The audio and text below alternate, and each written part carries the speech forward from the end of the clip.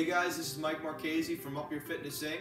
I'm here today to discuss two key concepts I believe are going to have the greatest effect on your body weight training. The first is leverage or mechanical advantage. How is leverage going to play a role in how much resistance we experience when we're doing calisthenics, and how that's going to have an effect on your training over a period of time? The second is the path of least resistance. Why do we see so many common dysfunctions in people who practice calisthenics, and why do we tend to get into the same postures and patterns that really don't work for us? We're going to expand on both of these concepts so you guys can take this no matter where you are in your training, use it to your advantage, and make sure that your training is worth your time and effort. So what is leverage or mechanical advantage? To put it quite simply, leverage acts as a marker for how much resistance we're going to experience while practicing calisthenics. Leverage is often measured by the amount of weight being supported, our body weight, versus the amount of force our muscles can create to support in a given posture. That is easily demonstrated at a fundamental level when working on incline push-ups. By performing our push-ups at an incline, we can incrementally introduce resistance until a time where we can do push-ups on the ground.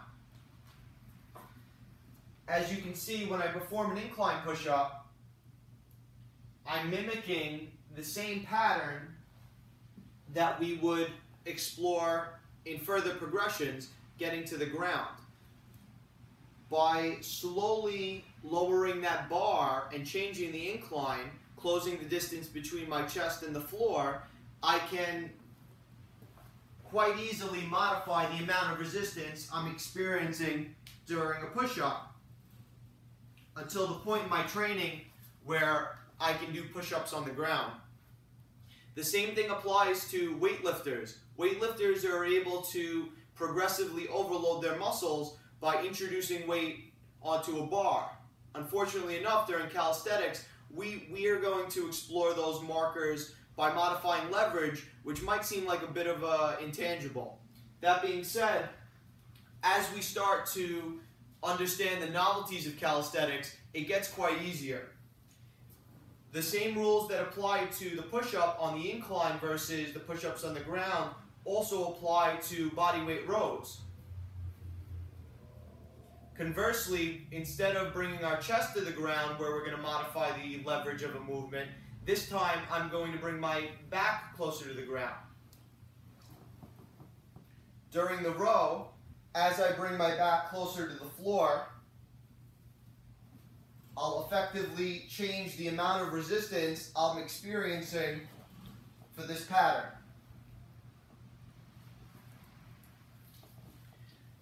This allows us to modify any given exercise in calisthenics at a very fundamental level and eventually proceed to more advanced progressions. The path of least resistance is a concept fitness professionals use during movement screenings. It dictates how much resistance we're going to feel through a select range of motion. So it's really going to play a role in our movement efficiency.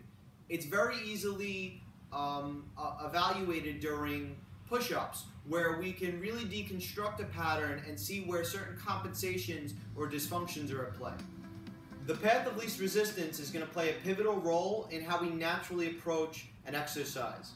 During push-ups, we see a lot of common dysfunctions and patterns where there's a break in form. Often we'll see hiking of the hips, excessive flaring of the elbows, and overarching of the back. And when we objectively evaluate these breaks in form, we start to see the same thing really happening. We're leaking the amount of leverage we're experiencing during the exercise. So by raising my hips up, I'm changing the way I'm experiencing resistance during the exercise. By lowering my hips to the ground excessively, I'm effectively diminishing the range of motion of the pattern. And this doesn't always just represent a poor understanding of form. What's happening here is my body is finding where resistance is minimized. And that's a very natural process, but it doesn't serve us best. What we're trying to do when we exercise is evaluate our progress and evaluate our form as objectively as possible.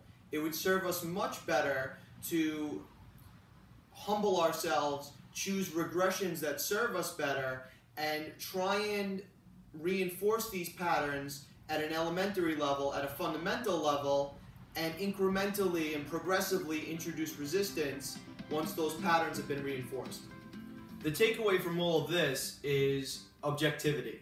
We want to be able to gain perspective on our calisthenic practice and really learn that we need to be an outsider looking in. Calisthenics has a bit of intangibles, certain concepts that aren't as simple as putting weight on a bar or taking it off. There's certainly nuances that every trainee should understand before trying to proceed to advanced calisthenics.